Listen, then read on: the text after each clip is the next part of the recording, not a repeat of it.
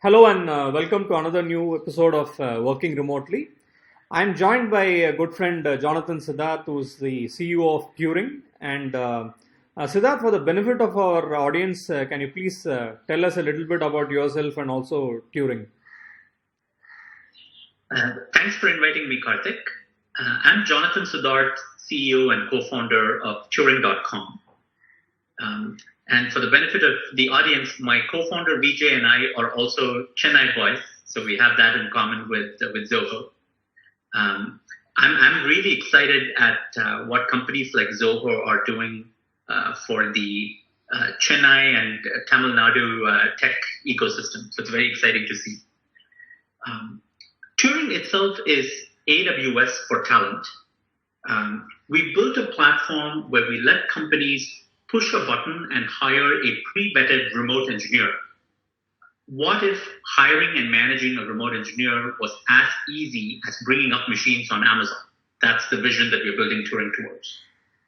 My co-founder Vijay and I started Turing 2 years ago when we realized that the world had changed and there's a massive shift in how we build tech companies today. The old way of building a tech company was you would hire locally and everyone worked from one office. Now we see from companies like Stripe, GitLab, InVision, etc., that it's possible to build unicorns as distributed teams. The companies that have adapted to the shift are very successful and have an unfair recruiting edge. They are able to hire higher quality talent and they're able to retain them for much longer. And the companies that haven't adapted to the shift are stuck in the past. If you think that you can only hire 20 miles from company headquarters, you're missing out. And if you're a talented developer and if you think that your job opportunities only lie 20 miles from where you live, like you're missing out. So we started Turing to bridge this gap. And when we asked ourselves the question, why isn't every company run as a remote company today? We found that companies usually struggle with three things. First, it's really hard to find high-quality remote talent. It's easy to find cheap remote talent, but it's hard to find really high-quality remote talent. Second, it's really hard to evaluate and vet talent that is remote to figure out who's the right match for your company. How do you do interviews when you're remote and so forth? And finally, how do you manage and operate a distributed team after you found the right talent? And I think that's where tools like Zoho and many of these online communication collaboration tools come into play. So Turing is all about helping companies find the right talent, recruit them, and then let the company operate as this remote distributed team. The company has raised about $9 million in a seed round from Foundation Capital, Founders Fund, Facebook's first CTO, Adam D'Angelo, and a lot of execs from Google, Facebook, Amazon, etc. Sure. Siddharth, I'm going to ask you to rewind a little bit because I've known you and Vijay from your previous startup as well. I think there's a bit of a story on how Turing came to be. And I know the story, but for the viewers, can you just recount on, you had some experience with distributed work before you got into this? That's right, Karthik. And so my co-founder Vijay and I, we started an AI company called Rover out of Stanford in 2007, 2008. And we started Rover at probably the best year to start a tech company, which is 2008. There was a joke, just like today. not the most friendly times to be starting a company. Right? And oftentimes, a company's character is forged in the time that you start and scale the company. And we started the company at a time when it was really hard to raise venture capital. You were not able to raise a lot of money. So we had to be very careful with how we spent the money that we raised. And we had a really high bar for talent. And we found it really hard to hire when we restricted our hiring radius to just Silicon Valley and Palo Alto.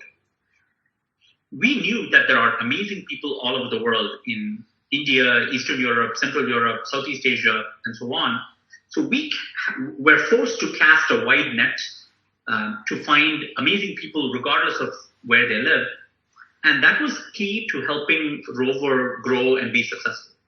The company had a successful acquisition a couple of years back, and that would not have happened if we did not make that decision to run the company as a remote distributed team. So and when you talk about remote distributed teams, there are multiple configurations. Sure. We operated as a hub and spoke model with two hubs, one in Palo Alto and one in Mumbai, with a distributed team with engineers from Eastern Europe, Serbia, and a few other places. So and that experience that taught us that it was very clear to us that whatever company you're building in today's climate, like you have to provision for being remote first or at least remote friendly.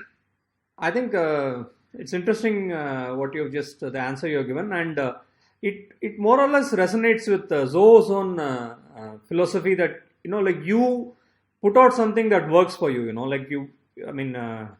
Unless if distributed teams didn't click for you in your previous startup, this wouldn't be here right now. Yeah, that's exactly right. And much like Zoho, I think Zoho also has an unfair recruiting edge because Zoho spotted the potential of Chennai's tech talent before anybody else, rather than fish in the somewhat overfished pond, which is Bangalore, and maybe even Mumbai to some degree. I hope I don't get into trouble with your audience, but that's part of recruiting. You look where no one's looking, and talent is universal, opportunity is not. And if you're looking in the right places, it's a crazy competitive advantage. Siddharth, Turing talks about elite engineers in some ways. I think Turing's journey itself must have gotten really interesting because 2 years back it was a niche, but right now remote work is not a niche. It's the norm, it's there. So from whatever you have observed with the elite engineers, what lessons do you think new remote workers can take? Mm-hmm. So the question is around what lessons exist for engineers who are starting to work remotely for the first time. Yes. And by far, I would say when you are a remote engineer, the thing to get right is communication. Like when you look at, so we've analyzed from Turing customers a lot of data on what collaborations tend to be successful and what collaborations tend to fail. And by far, the ones that fail because the right communication architecture was not set up between the remote developer and her manager. So a good, one thing a developer can do is read up on some of these agile Scrum-based software development workflows. And these are all about a few key ideas. One idea is around lightweight daily stand-ups that let you communicate with your team when you're stuck on something so you can be unblocked very quickly. The second idea is around relatively short 2-week sprints, so that you set a target for 2 weeks, and every day you have a daily stand-up that checks whether you're on track for the target that you're gunning towards. And the goal is and the third part of this is to have a fully functioning demo at all times. So every week you have to do a demo that shows what you shipped in the last 2 weeks. So it forces you to ship fast, sort of figure out unknowns very quickly, unblock yourself very efficiently. And at the end of that sprint, you ask yourself the question of how can you go faster? Sure. So you do what's called a sprint retrospective, where you analyze all the ways in which you could remove waste or remove blockers so that the next sprint you get even more stuff done. Sure. And you create this loop where every week, every 2 weeks, every sprint, you're speeding up. Sure. So for engineers who are becoming remote for the first time, I would say over-communicate. Do a lightweight daily stand-up with your manager. Make sure that you have a weekly one-on-one set up with your manager, where you give your manager feedback on things that are slowing you down, that your manager can unblock for you so you are more effective. Sure. And good managers should also receive feedback from their reports on what are some things they could keep doing, start doing, stop doing to be even more effective as a manager for their report. Sure. So the first rule is to make sure that you communicate really frequently and often. The second is to make sure that even though you're an engineer, you have vision in the organization. You should not be stuck in sort of one narrow group in whatever messaging platform that you use. Don't be like, you shouldn't be stuck in one channel. You need to understand in your company what are the different projects that are currently underway, how those projects relate to each other and the company's broader mission as a whole. What are the company's quarterly OKRs or quarterly priorities, so that you can build that peripheral vision about how your work connects to the company's overall goals. Sure. And you might argue that how is this different from an in-office setting? Yep. In an in-office setting, you have enough opportunity to bump into others in the organization to build that peripheral vision over time. Yes. You might, in the cafeteria, you might sit next to Kumar, who's working on a different team, and you can ask him what he's working on, and you can see how it relates to what you're working on. But oftentimes in a remote setting, when you're working from home, these serendipitous interactions don't happen. So you have to pull it from the organization, or the organization has to push it to you through a good onboarding process. Sure. So you have to build that peripheral vision to make sure that you are able to contribute at your fullest. Sure. And the third and final part that I think is key for an engineer who's remote is to have a good routine and good discipline for yourself. By that I mean, I'm a big fan of setting very clear work hours so that the person you're working with knows when to expect a rapid fire response from you and when to expect a delayed response from you. And setting good communication protocols. For example, you might have a protocol that anytime you send me a message over a messaging platform, I'll respond immediately unless you say no rush.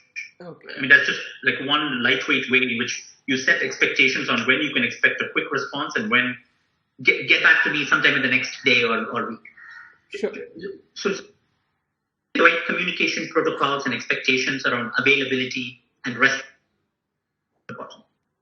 Okay, and so I guess get that you are talking a lot from the engineering point of view, but there are also other operations, and I think I have also followed Turing's journey, and people are asking, so you're doing this for elite engineers. What about other roles like marketing or sales and other things? So do you have any ideas about that as well? I know you're a fan of the scrum methodology. Can some of those principles be applied for other operations as well? Absolutely. I think at the end of the day, whether it's engineering or other functions, things really boil down to, number one, setting a clear goal, at least at month scope or at week scope, at the level of a month or at the level of a week. Number two, communicating the goal and the mechanisms to achieve that goal with all the stakeholders in your companies that you're owning. And you can communicate that through synchronous meetings, or you can communicate that through asynchronous collaboration tools like online document editing software. So there are some very good tools. And third, you want to be tracking deviations from the goal. You want to be tracking if something is going off track, how do you course correct quickly? And the purpose of a stand-up is things like that. Right? So even for something like sales and marketing, for example, at Turing, our sales team is also distributed, but our head of sales has a daily stand-up every morning at 6 a.m. with the entire sales team. And they go over helping each other unblock certain situations, brainstorming ways to close certain opportunities, and they also set weekly targets for how many new developer starts you want to make, and they track the weekly targets come from a decomposition of the monthly targets, and they talk about problems they can solve for each other. So at the end of the day, it's about setting a clear goal, communicating it to everyone on your team, and building lightweight processes to course correct every day or every other day, to make sure that you're unblocking each other, and also taking a moment to pause and think, how can you improve the process itself? Sure. Like, how can we go faster for the next sprint? The Wi-Fi network. You might want to check the connection settings in the Google Home app. Sorry, my Google Home got triggered. No problem. Siddharth, and okay, you're talking a lot of work right now, but people also say that, okay, these are very, stressful conditions otherwise, and people need to take some, people miss the water cooler talk. You talk about the serendipitous meetings you have. So do you also, within Turing, do you have a switch off time where you just, have some banter, or, is that a very critical aspect of your work life? That's a very, very important part of work life in distributed teams. When you build strong personal relationships, it helps you work better. Sure. You can challenge each other more directly without hurting the relationship, and it's also more fun to work that way. Yeah. Right? There are a few things that we do at Turing to help bring people together, even in times like this. Some of the things that we do are, we have a virtual Zoom lunch where we use a video conferencing tool to just have lunch together with each other at the same time. Yeah. We also had a virtual happy hour, again over a video conferencing tool, where everybody comes. They have some beverage in their hands, and you're relaxing at the end of the week. Sure. So I think it's also important. There are people at Turing who are initiating things like an indoor yoga class for others in the company that are interested. My co-founder is running a virtual chess tournament. There's somebody else who's running a virtual movie night. Okay. So there's all sorts of fun things our team does. Sure. By far, I would say the thing that I enjoy the most out of all the team building activities we do is every week we have a group call where the entire company dials in. We call it Celebrating Wins. Okay. And the agenda is every person in the team thanks one other person in the company for their contribution to the company in the last week. Oh, that's... and it's very energizing, very positive, and it helps us go to the weekend with smiles on our faces. And for me, it also highlights people's contributions that otherwise wouldn't have been visible to me in the organizational structure. Sure. It's a very energizing activity that I've found, and it's one of those rare things that actually works even when it is in a fully remote distributed team. Absolutely. Yeah, that's, I guess, you have both your startups, the previous one as well as this one, it's a small team of people. How many of you are there now in Turing? I think we are at about 50 people now. Yeah, sure. So I think so in a small company you want to keep the spirits high, and these are easily achievable goals for you. Yeah. And one last thing, Siddharth, and these are conversations that we have had, and for the benefit of our viewers, you always recommend. You read a lot of books, and you're into a lot of. I think you have book clubs, and you also recommend. I think one recommendation you made a long time back was Shane Parrish, you get a lot into design thinking, if I'm right. So is there some tip that you want to give our audience before we leave this episode on some things that you can use this time, you want to have a lot of time to learn knowledge project or anything like that? Yeah, the Knowledge Project is a great podcast to learn new things. For me, I would say one goal for me has always been self-improvement, where every day that I go to sleep, I want to wake up a little bit better the next day. And every week, I want to be a better version of myself. And the way I do that is by setting clear goals around areas that I want to up-level myself, and then having a path to how I'm going to do that. It could be having mentors in certain areas. It could be reading books, and sort of being very intentional about up-leveling yourself to make sure that you're growing. One thing that wasn't obvious to me, at least in college, but now I take more seriously, is how much sort of these hardware inputs to your body matter. So things like sleep, diet, exercise, and just thinking positive thoughts. Like when you start the day like thinking about things that are going well with your company today. And just framing, looking at the world through that positive filter, like has like a lot of value. And so I find these things very very useful. In terms of book recommendations, I would have I think one book that I find myself going back to a lot is High Output Management by Andy Grove.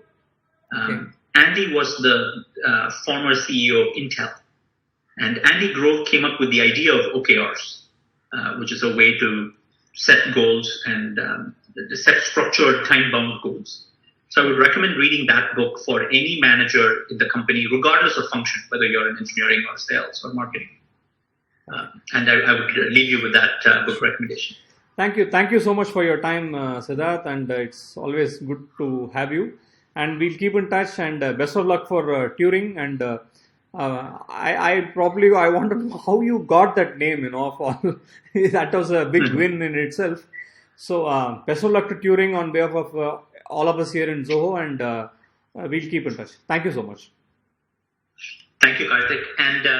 And also a big shout out to tools like Zoho that make working remotely as effective as working in a centralized office location. I think there is a revolution in tools, and there is a revolution in process, which is helping companies become more and more effective when they are remote. So for your audience members who are listening, you should check out Zoho's remote work suite. Thank you. Thank you so much, Siddharth. Thanks, sir.